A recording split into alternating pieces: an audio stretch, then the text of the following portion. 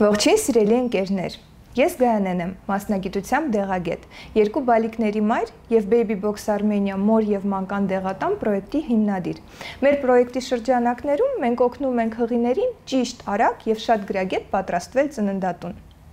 Եվ այսօրվա մեր եթերը նվիրված է լինելու նրան, թե ինչ հագուստ է անհրաժեշտ բալիկին, տանը և հիվանդանոցում,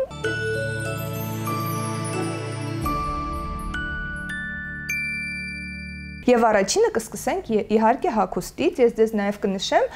որ հագուստից որքան պետք է ունենաք, առաջին ամենակարևոր գրեթե հագուստը, Սա կոչվում է բոդի, բոդին շատ կարևոր հագուստի տարբերակ է, որը պետք է լինի ձեզ մոտ շատ, քանի որ երեխաները անընդհատ կարիք են ունենում այս բոդիները փոխելու, մանավանդ առաջնածին մայրիկների մոտ այս խնդիրը առաջանում է, քանի որ նրանք դեռ սովոր չեն ճիշտ ձևով տակդիրը փոխելու, արտահոսքը շատ է լինում և բոդիները պետք է ձեզ մոտ լինեն շատ, բոդիները լինում են երկարաթև և կարճաթև, երկարաթև տարբերակները այս հատվածում ունեն փակող այսպիսի հատված, որը թույլ է տալիս, որ բալիկը իրեն չճանգռի։ Իհարկե, չճանգռելու համար նաև գոյություն ունեն այսպիսի թաթիկներ, բայց եթե բոդին ունենում է այսպիսի հատված, թաթիկների կարևորությունը այս դեպքում չի լինում և կարող եք չհագցնել։ Բոդիները լինում են երկարաթև, կարճաթև նաև տարբերակներ են լինում այսպիսի, ըստ եղանակի պայմանների դուք կարող եք որոշել, թե որ տարբերակն եք բալիկին հագցնելու, սակայն հաշվի պետք է առնեք, որ նորածին բալիկների տերմորեգուլյացիան դեռ կարգավորված չի և ես խորհուրդ եմ տալիս բալիկին ամեն դեպքում շատ թեթև չհագցնել, սակայն կարևոր է հիշել, որ բալիկը չպետք է քրտնի, դա դուք կարող եք ստուգել, եթե զգում եք, որ բալիկը քրտնել է, դա նշանակում է, որ պետք է փոխել հագուստը, սենյակի ջերմաստիճանը նորմայում պետք է լինի 21-ից 22 աստիճան, դա էլ պետք է հաշվի առնեք և հագուստը ճիշտ ձևով ընտրեք։ Այս երկու տարբերակներն են լինում, նաև այսպիսի տարբերակ է լինում, դա շատ շոկ եղանակներին կարող եք տակից հագցնել բալիկին։ Բոդին հագցնելուց հետո դուք հագցնում եք երեխային այսպիսի գուլպաներ։ Անմիջապես բոդին հագցնելուց հետո, որպեսզի բալիկի ոտիկները տաք լինեն։ Գուլպան հագցնելուց հետո անմիջապես վերցնում եք շալվարիկը, պետք է լինի շնչող կտորը, անպայման պետք է լինի բամբակյա և այս հատվածը չպետք է ձգող լինի, պորտը չվնասելու համար անմիջապես այս ռեզինը չպետք է հպվի պորտին, սա շալվարիկն է և շալվարիկը հագցնելուց հետո մենք վերցնում ենք այսպիսի զգեստ, սա կոչվում է սլիփ, նույնպես այս հատվածները կարող են լինել փակ և բաց, ես խորհուրդ եմ տալիս նախասիրություն տալ փակ տարբերակներին, որ բալիկը իրեն չճանգռի,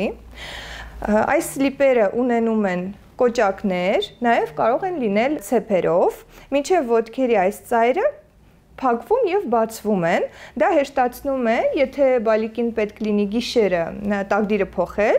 այդ դեպքում շատ հեշտ կլինի, բացում եք, անմիջապես տակդիրը փոխում եք և փակում եք, կարիքը չկա ոտիկները հանելու, նորից մեջը մտցնելու, հետևաբար նախասիրությունը տվեք այն տարբերակներին, որոնք մինչև ոտքերի այս ծայրի հատվածը կբացվեն և կփակվեն։ Այսպես, մեր բալիկը լիարժեք հագնված է լինում այդ դեպքում, քնելու համար այս ամբողջական փաթեթը ձեզ հերիք է, քնելու համար նախատեսված ևս մի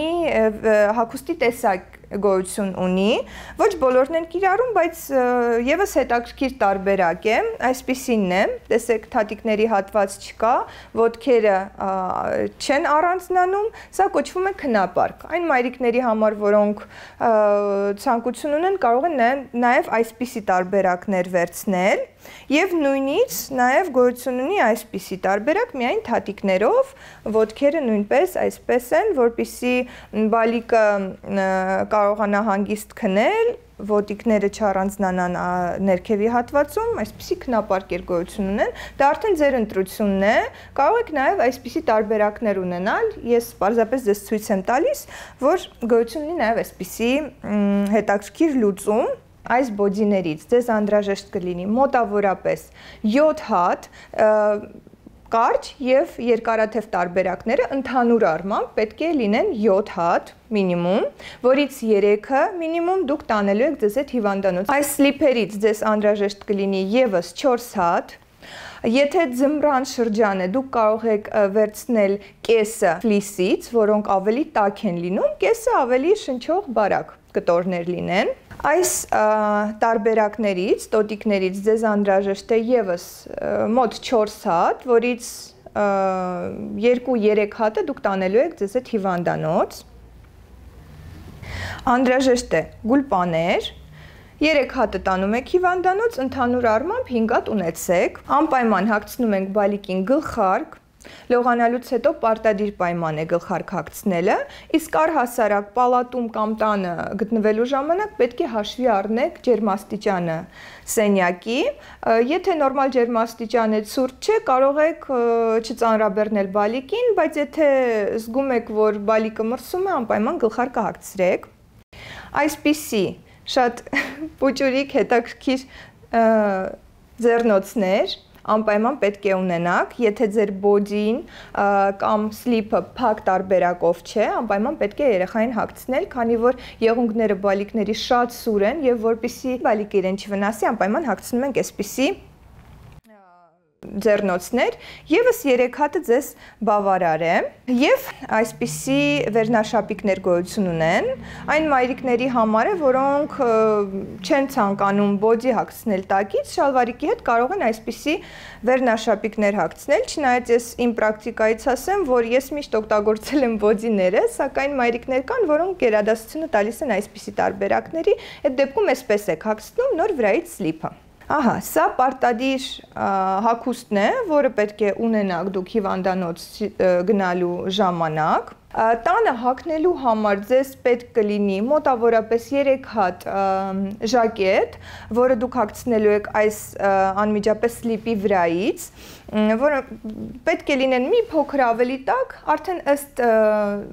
տան սենյակի ջերմաստիճանի դուք հասկանալու եք, դա հագցնելու եք թե ոչ, բայց ունեցեք անպայման։ Այսպես մենք խոսեցինք դրա մասին, թե հիվանդանոցում ինչ հագուստ է պետք, առաջին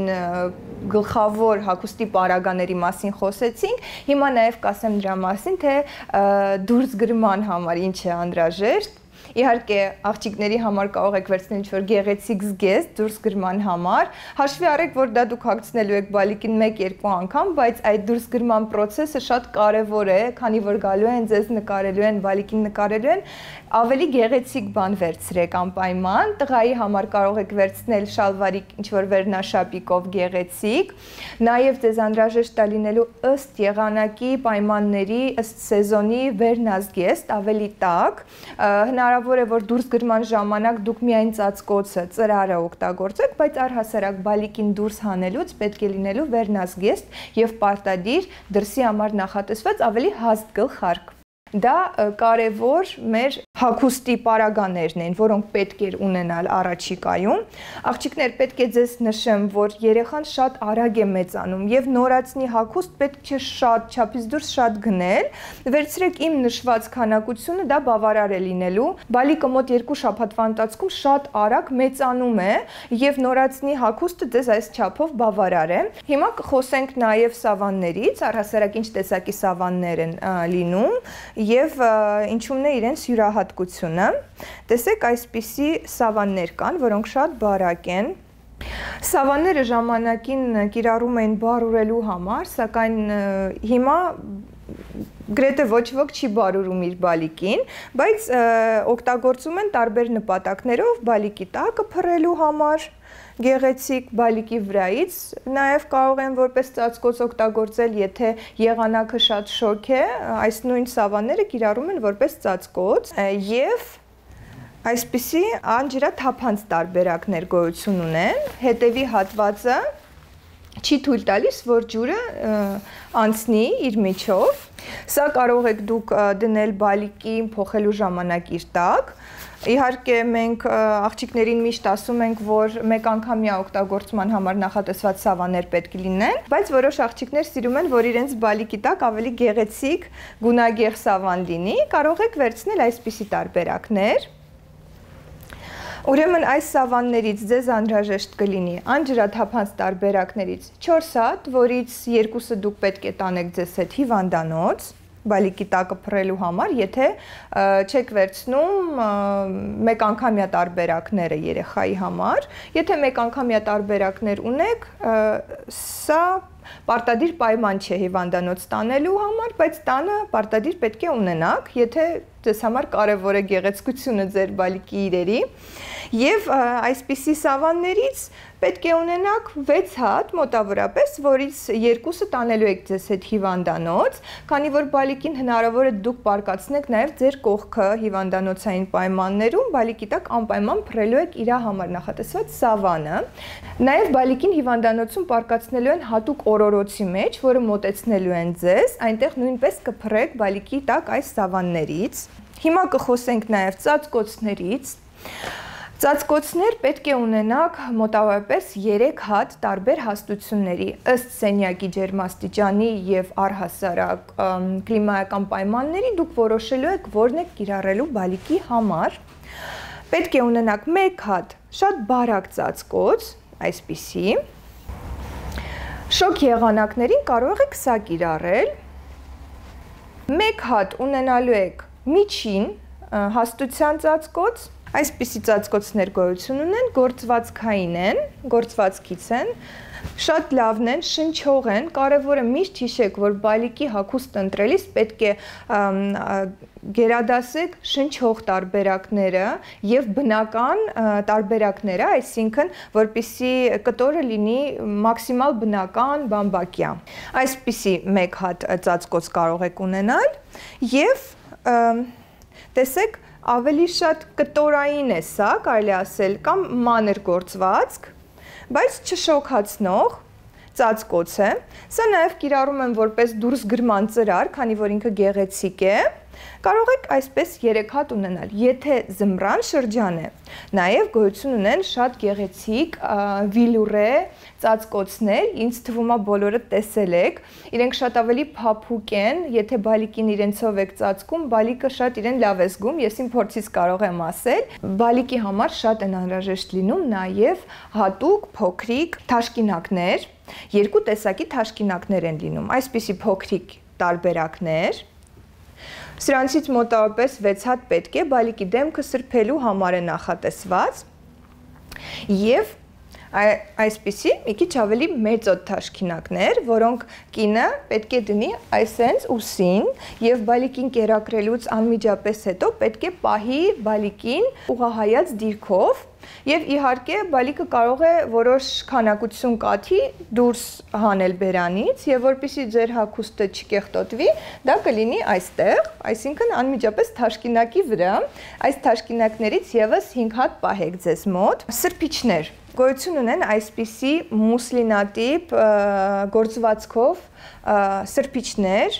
երաշերտ, 6հաշերտ, որոնք շատ հարմար են երեխային չորացնելու համար, շատ արագ են ջրի մնացորդը վերցնում մաշկի վրայից, հետևաբար այսպիսի սրբիչ գոնե 1 հատ պետք է ունենաք եւ նշեմ ձեզ պարտադիր է հիշել, որ մարմնի սրբիչը պետք է լինի մարմնի համար, դեմքի սրբիչը կիրառում ենք առանձին, դեմքի համար կարող եք այս նույն մեր փոքրիկ թաշկինակները կիրառեք, նաև եթե բալիկի տակդիրն եք փոխում, եւս առանձին այսպիսի թաշկինակ կամ փոքրիկ սրբիչ ունեցեք բալիկին լվացման համար, հա, տակդիրը փոխելիս, որ առանձին լինի, դեմքինը առանձին, տակդիրինը առանձին եւ ընդհանուր մարմինը առանձին։ Այսօր մենք խոսեցինք շատ կարևոր թեմաների մասին, այն մասին, թե առհասարակ ինչ է անհրաժեշտ լինելու բալիկի ծնվելուց համար պատրաստել տանը եւ ինչ պետք է տանել նաեւ հիվանդանոց։ Հույս ունեմ այսօրվա մեր եթերը ձեզ դուր եկավ, նոր բան քաղեցիք ձեր համար եւ գրանցեցիք այդ ցանկը ձեզ մոտ եւ դա ձեզ կօգնի մայրանալու ձեր գեղեցիկ փուլում։ Հաջողություն եմ մաղթում ձեզ եւ առողջություն եմ մաղթում ձեզ եւ ձեր հարազատներին։ Հաջողություն, մինչ նոր հանդիպում։